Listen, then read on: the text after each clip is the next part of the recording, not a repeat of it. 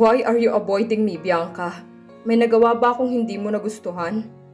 Mariin akong pumikit at masumigpit ang hawak ko sa sariling kamay. Walang reaksyong saad ko.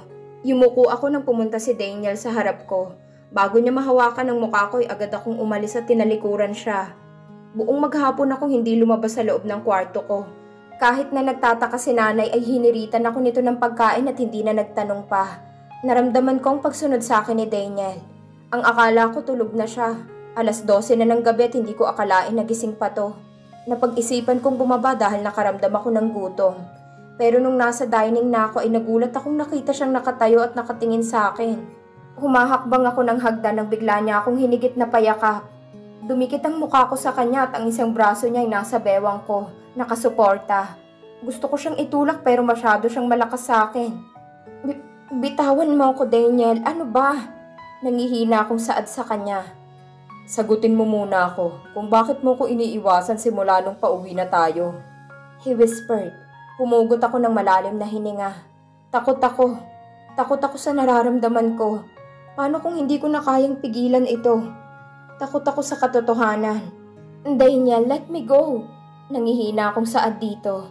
Tumulo ang mainit na luha sa mukha ko. Ang init ng yakap niya mula sa katawan niya. Pagtuwing nasa bisig niya ako, parang nawala ang lahat ng problema at sakit. Parang ligtas na ligtas ako kapag nakayakap ako sa kanya.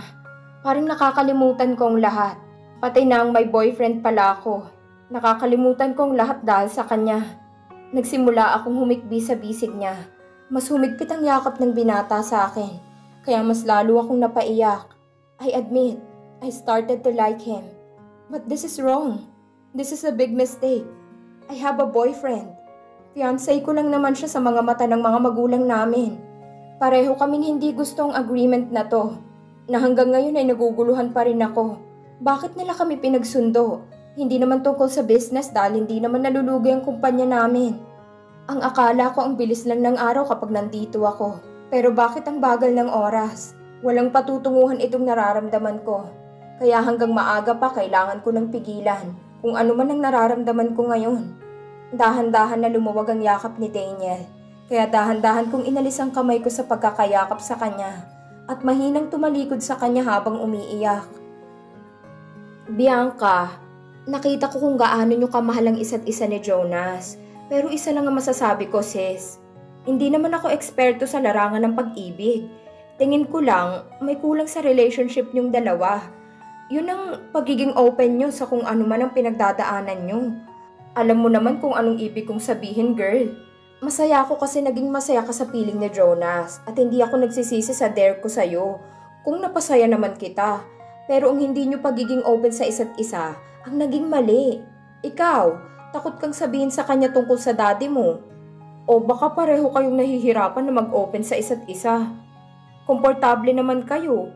Pero bakit may bagay na hindi masasabi niyo sa isa't isa? Mahabang saad ng kaibigan. Nanatili akong nakatitig sa puting kisame habang pinakikinggan ng kaibigang si Nancy. Pero bakit kay Daniel? Nasabi ko sa kanya. Mahina akong tanong sa sarili. Siguro dahil pareho niyong hindi kilalang isa't isa. Sabi nga nila mas madaling magsabi ng hinanakit sa taong hindi mo kilala. Dahil alam mong hindi ka nila huhusgahan. Pero hindi ibig sabihin nun na kapag sinabi mo kay Jonas ay huhusgahan ka na niya. Parehong tahimik ang linya. Naghihintay kung sino ang magsasalita. Nancy, posible bang magkagusto sa isang lalaki ang isang babae kahit may mahal na siyang iba? Wala sa sariling sambit ko dito. Posible. Maraming dahilan, Bianca, kung bakit nagkakagusto tayo sa isang lalaki kahit may mahal tayong iba. Una, baka gusto lang natin ang personality ng isang tao. Pangalawa, baka naguguluhan lang tayo. O yung pangatlo, hindi mo talaga siya mahal. Mas lalo akong naguguluhan sa mga sinasabi ng kaibigan ko. Mahal ko si Jonas, Nancy. Ramdam ko yun. Mahina at marahan kong sagot sa kabilang linya. I know, sis, pero hindi sapat ang salitang mahal kung may mas mahal kang iba. Anong ibig mong sabihin? Mahal mo si Jonas, pero may isang mas mahal ang puso mo.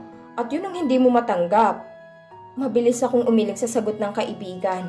Anong gusto niyang ipahiwatig? Na ang mas mahal ko ay si Daniel kesa kay Jonas? Paano? I know that I love Jonas. Ano tong nararamdaman ko kay Daniel? Paano ko mamahalin ng isang taong ngayon ko lang nakilala?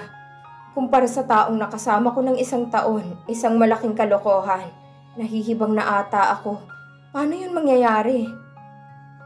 At walang sukatan ng pagmamahal ng ilang taon o araw kayo magkakilala, kundi kung paano tumibok ang puso mo sa taong ito. At minsan nadidiktahan ng isip natin kung anong nararamdaman, pero hindi ibig sabihin nun ay titigil na to. Patuloy pa rin ang pagtibok ng puso mo kahit pinipigilan ng isip mo yun. Pero darating ang panahon na magwawagi ang puso kaysa sa isip. Wika pa ni Nancy. Nagmamadali akong bumaba sa hagdan ng matanggap context ni Jonas. Nasa kumpanya pa rin si Daniel kahit 10 PM na ng gabi. Mas mabuti na rin yun nang hindi na ako mahirapan pang iwasan siya sa mansyon na to. Kinakabahan tuloy ako. Bakit ganitong oras gusto akong makausap ni Jonas? Nagsuot ako ng white jeans and a black jacket. Dahil alam kong malamig na ang ganitong oras ng gabi. At nakaputing sapatos na rin ako. Tinawagan ko siya kung bakit hindi na lang bukas ng umaga pero ayaw niya. Dapat ngayon daw. Kaya inatake ako ng kaba. Habang nagbibihis ako kanina ang daming pumasok na senaryo na pwedeng nangyari. Natataranta pa akong naliligo at nagbibihis. Hindi na ako nagpaalam kay Nanay Sally dahil alam kong malalim na ang tulog nito. Ayoko naman manggising ng kasambahay dahil alam kong sobrang pagod nila. Madali akong nakalabas sa gate dahil mukhang tulog na rin si Manong guard. Lumakad pa siya ng ilang kilometro para makahanap ng taxi. Binigay ko ang address kay Manong sa lugar na ibinigay ni Jonas. Habang tumatakbo ang taxi ay nakatingin lang ako sa labas ng bintana. At pumasok ang posibleng senaryo na mangyayari. Paano kung alam na niya? Paano kung galit siya sa akin? Hindi ko pa nakitang nagalit si Jonas. Kaya natatakot ako sa magiging reaksyon niya. Kung anong gagawin niya sa akin. Kahit puno ng takot at tanong ang isip ko, ay pinuntahan ko pa rin siya. Siguro dapat ko na rin sabihin sa kanya. May karapatan siya. Ayoko na rin magsinungaling. Ayoko na rin matakot sa bawat oras o araw na papaano kung malaman niya. Dapat nung una pa dapat ay sinabi ko na sa kanya. Nung una pa. Pero naduwag ako. Natakot ako sa maging reaksyon niya. Kaya ako nga nagawang makipaghiwalay sa kanya dahil sa epekto ng alak. At wala akong maging rason para hiwalayan siya. Salamat sa alak dahil nagawa akong makipaghiwalay sa kanya. Pero wala namang iginaling yon dahil alam ko naman na hindi siya naniniwala na hiwalay na kami. Sino bang hindi? Wala kaming pinag-awayan ng gabing yon. Galing pa nga kami sa date. Tapos biglang tatawag ako sa kanya na makipaghiwalay ako. Dahil pagkarating ko sa bahay noon ay kinausap ako ni Dad tungkol sa kasal ko sa lalaking ni hindi ko kilala. Gusto kong tanungin si Dad, magsalita, pero nanatili lang akong tahimik at tumulo ang luha ko sa muka. Hindi naman ako nakapagsalita, nanatili lang akong tahimik. Sanay naman ako na siya laging nagdedesisyon sa buhay ko. Kahit ang kaligayahan ko pa, ay hindi ko kayang ipaglaban. Nung isang gabing yun ang nagsimulang nagulong buhay ko. Nakasama ko ng isang gabi ang lalaking ipapakasal sa akin. At mas naging magulo simula nung may nararamdaman akong kakaiba para sa kanya. It's all started in one night. That my life will be going like this. In just one night. That everything will be changed. Nandito na po tayo, ma'am. Natauhan ako sa saad ni Manong. Nagbayad muna ako bago bumaba ng taxi. Kinakabahan akong lumapit hanggang sa pinto ng restaurant. Pagkabukas ng pinto ay ang pagtunog ng piano. Nagsimulang kumunot ang noo ko. What's going on? Bumaling ako sa lalaking nakangiti at may hawak ng isang bouquet na sunflower. Nagsimulang uminit ang gilid ng mga mata ko. Malaki ang ngiti nitong habang lumapit sa akin. Tumulo ang luha sa mukha ko. He wiped my tears using his thumb finger. May maliit ng hikbing lumabas sa bibig ko at sunod-sunod na tumulo ang luha ko sa muka. Binigay niya ang bulaklak sa akin at niyakap niya ako ng mahigpit. Shh! Why are you crying? Mahina nitong saad sa akin. Ngumuso ako at humiwalay sa yakap niya at bahagyang hinampas ang braso niya. What? Gulat niyang tanong sa akin. Sino bang hindi maiiyak sa ginawa mo? Akala ko galit ka tapos ganito. Sinagot lang ako nito ng malaking ngiti, kaya hinampas ko ulit siya. Love, do you remember that it's our 2nd anniversary? This is the day that you say yes to me. That's why I want you to be here. Na ang sinabi ko na gusto kitang makausap. This is my reason. I want to celebrate our second anniversary with you. Silly me, of course. You. Because you're my girlfriend. Napasinghap ako sa gulat. Ngayon ko lang natanto kung anong araw ngayon. It's our second anniversary. How could I forget that day? That was the first time decision I make in my life. My own decision. Nahihiya akong tumingin kay Jonas. I'm sorry. I forgot. Sabay yuko kong sagot dito. Hinaplos niya ang buhok ko, kaya napaangat ako ng tingin sa kanya. He gave me a sweet smile. I understand. Love, kain muna tayo. I know you will like this. I order our favorite food. Inalalayan niya akong umupo sa upuan ko at sumunod naman ang tingin ko sa kanya habang umupo siya. Lumapit ang isang waiter na may dalang pagkain. Ngayon ko lang napansin ang design ng buong paligid. Mukhang gumastos pa ng pera si Jonas para rentahan ng isang restaurant para sa celebration ng second anniversary namin. Tapos nakalimutan ko pa. Do I really deserve this man? Tapos ako, binigay ko ng kinaiingatan ko sa iba. Ano pang ipagmamalaki ko sa kanya? Paano kaya kung malaman niya na may fiancé ako? Hey, love, are you okay? Mabilis akong tumango sa binata at ngumiti ng bahagya. Hinawakan niya ang kamay ko ng marahan habang nakangiting nakatitig sa akin. Masaya kaming nag-uusap habang kumain, kahit sandali na wala ang pangamba ng puso ko. Pero bigla akong hindi naging komportable sa kinauupuan. Parang may nakatitig sa akin. Napatingin ako sa gawin ng likod ko, pero wala naman. At sa labas ng restaurant, sumalubong ang kilay ko at umiling. Oo nga pala, love. Nung nasa bahay niyo ko, ang sabi ng katulong niyo, wala ka daw doon. Umalis ka ba sa bahay niyo? May nangyari ba? Tinatawagan kita, naka-off naman ang phone mo. Napatigil ako sa pagsubot, biglang nabitawan ng tinidor na hawak ko. Nagsimulang kinabahan ako sa tanong niya. What happened? Nag-aalala niyang tanong sa akin. Nakita kong pinunasan niyang labi niya at nag-aalangan tumingin sa akin. Umiwas ako ng tingin sa kanya. Nasa apartment ako ni Nancy. Baka ang ibig sabihin ni Manang na umalis ako sa bahay. Nauutal ko pang saad dito. Napakagat ako sa ibabang labi ko. Tumikim ako at umayos ng upo. Yeah, baka mali lang ako nang narinig. Continue eating, love. Tango na lang ang naging sagot ko habang nararamdaman kong mahinang panginginig ng mga kamay ko dahil sa kaba. Huminto kami sa labas ng bahay namin. Pagkababa ko sa sasakyan ni Jonas ay nakatitig lang ako sa bahay namin. Naka-off na ang lahat ng ilaw. Napangiti ako ng mapait. Go inside, love. Papasok ako kapag nakaalis ka na. Lumapit si Jonas sa akin. Napatitig ako sa kanya. Hinaplos nitong mukha habang nakangiti. Happy second anniversary, Jonas. I'm sorry again. May lungkot sa mga mata ng binata ng titigan niya. Kaya mas lalo siyang na-guilty. I love you, Bianca. Napatitig kami sa isa't isa, pero hindi ko kayang tingnan siya. Mas lalo akong na-guilty sa pagsisinungaling ko. I love you too, Jonas. Napapikit ako habang tumango. Nagsalubong ang mga mata namin when he opens his eyes. Dahan-dahan niyang inilapit ang mukha niya sa akin at mas lalong lumakas ang kabog ng puso ko. Naramdaman ko na lang ang paglapit ng mukha niya sa akin. Pero bago magkalapat ang mga labi namin ay umiwas agad ako. Kaya nahalikan niya ako sa gilid ng mga labi ko. Humikab ako at umalis sa harap niya.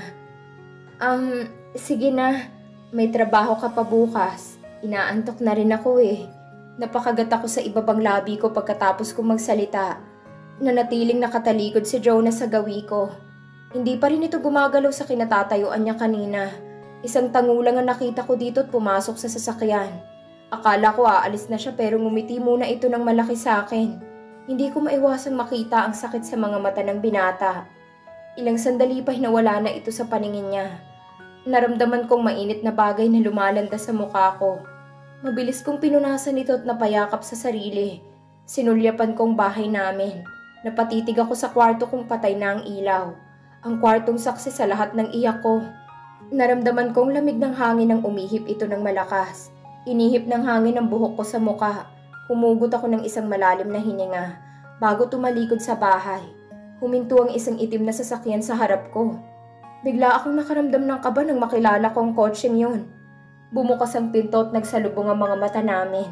Napalunok at napaiwas sa masamang tingin nito sa akin. Gerin. Mariin niyang saad, pero nanatili akong nakatitig sa kanya. Salubong ang makapal nitong kilay, kaya mas lalo akong natakot sa aura niya. Kinakabahan akong pumasok sa sasakyan. Habang nagsiseatbelt ako ay agad niyang pinaandar ang kotse. Sobrang bilis ng maneho niya. Ano ba? May bala ka bang wakasan ng buhay mo, ha? Tumingin ito sa gawin niya habang ang itim ng aura niya. Lumabas ang mga ugat nito sa kamay habang sobrang higpit ng hawak sa steering wheel. Sa sobrang kaba ko ay hinawakan kong braso niya habang nakayuko. Naramdaman kong pagbagal ng andar ng sasakyan, kaya madaling inalis ko ang kamay ko. Pero agad niya itong hinawakan. Mahigpit niyang hinawakan ang kamay ko. Hindi naman ako makagalaw sa kinauupuan ko. Ilang ulit akong tumikhim pero nanatili lang ang mga mata niya sa daan. Kaya hinayaan ko na lang ang paghawak niya sa kamay ko. Kahit naiilang ako sa ginawa niya ay hinayaan ko na lang ito. Tahimik kaming pareho habang papasok sa mansyon. Pahakbang na ako sa hagdan nang bigla siyang magsalita. Kung aalis ka, magpaalam ka kay Manang nang hindi mo sila pinag-aalala. Huminga ako ng malalim. Sumakit na ang mga mata ko dahil sa antok. Tulog ang tao. Bakit ko pa sila gigisingin? Para alam ko kung saan-saan ka pumupunta. O di kaya magpaalam ka sa akin. Why would I? Saad ko at humarap na sa binata. Dahil fiancé mo ko. I have a right to know. What are you doing? Or are you with your boyfriend? Madiin nitong saad sa akin. You're just my fiancé, Daniel. Fiancé lang kita sa mata ng mga magulang natin. And you don't have the right to know if I'm with my boyfriend. He's my boyfriend. Walang reaksyon kong saad sa kanya. Diniinan ko pang salitang boyfriend. Nakatitig lang siya sa akin at narinig kong maliit nitong pagtawa at pagngisi niya. Yumuko siya at patango-tango. Yeah, right. You have a boyfriend. And I am just your fiancé. Halos napatalon ako sa sigaw niya. Nakita kong pagtagis ng bagang niya at sunod-sunod na paghinga. From now on, hindi ka makakalabas kung hindi ko sasabihin. Walang bakas ng reaksyon ng boses niya. Padabog itong umakyat sa taas at naiwan akong nakatulala habang nakatingin pa rin sa gawin niya kanina. Ngayon lang na proseso ng utak kong sinabi niya. Ano? Ikukulong niya ako dito? Mabilis akong sumunod sa kanya sa taas at dumiretso sa kwarto niya. Malakas ang katuko sa pinto niya, pero hindi pa rin ako pinagbuksan ng pinto. Kumatok ako ng pinakamalakas. Daniel, buksan mo tong pinto! Malakas kong sigaw dito. Pero hindi pa rin ako pinagbuksan ng pinto ng binata. Bumuntong hininga ako at pumunta na lang ng kwarto. Binagsak kong sarili sa kama at nakatitig sa kisame. Paano niya nalaman na nandoon ako sa bahay namin? Sinundan niya ba ako? Imposible. Paano niya nalaman na nandun ako ay mukhang kakauwi lang nun? Naka-business suit pa rin siya. Napapailing na lang ako. Masyadong maraming nangyari ngayong gabing to. Sino nga bang pipiliin ni Bianca? Ang nakatakda niyang maging asawa o si Jonas na sinasabi ng isip niya na itong mahal niya? At dito na po nagtatapos ang kabanata ng ating kwento. Please like, share, subscribe for more updates. Maraming salamat po.